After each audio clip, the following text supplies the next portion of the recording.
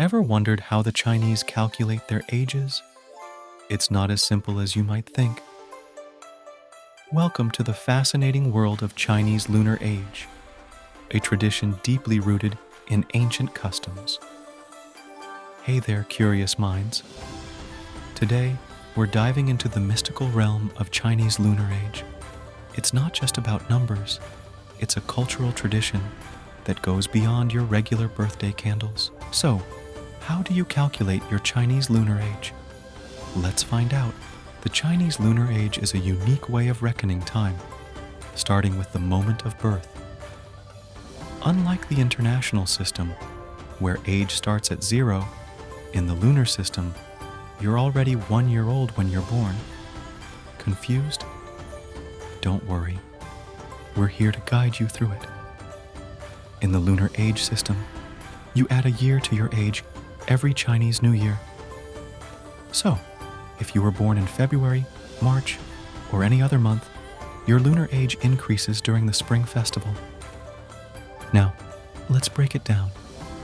Your lunar age equals the current year in the Chinese lunar calendar, minus your birth year in the Chinese lunar calendar, plus 1. But here's the twist. Lunar age starts from 1, not 0, and it's divided by the Spring Festival.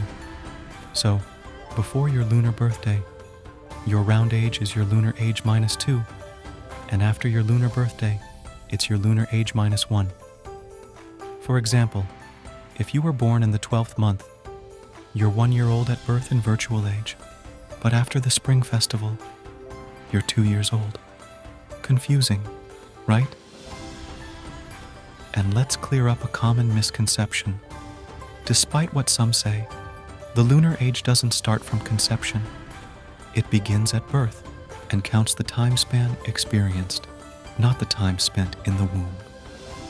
So, why go through all this trouble? It's more than just a number. It's a cultural practice that reflects respect for elders and the significance of each passing year. It's a window to the rich tapestry of Chinese tradition. And there you have it, the fascinating journey into the world of Chinese Lunar Age. Embrace the uniqueness, embrace the tradition. Until next time, stay curious.